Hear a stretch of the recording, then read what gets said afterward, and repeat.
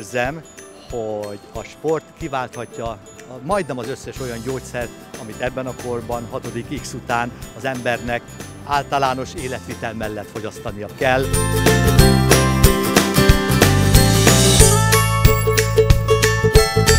Ennek van egy hangulata, egy feelingje, és ez tulajdonképpen olyan jó pofa, hogy az ember kicsit úgy érzi, hogy hú, ennek a nagy közösségnek én is tagja vagyok.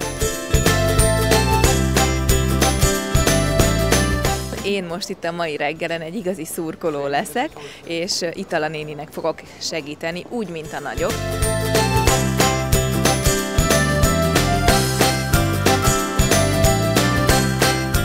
Én 85 éves vagyok, és azt tudom mondani, hogy fizikálisan, meg talán anyagilag is azért tudom tartani magam, mert hát ez elképzelhetetlen mozgás nélkül ez a tartás.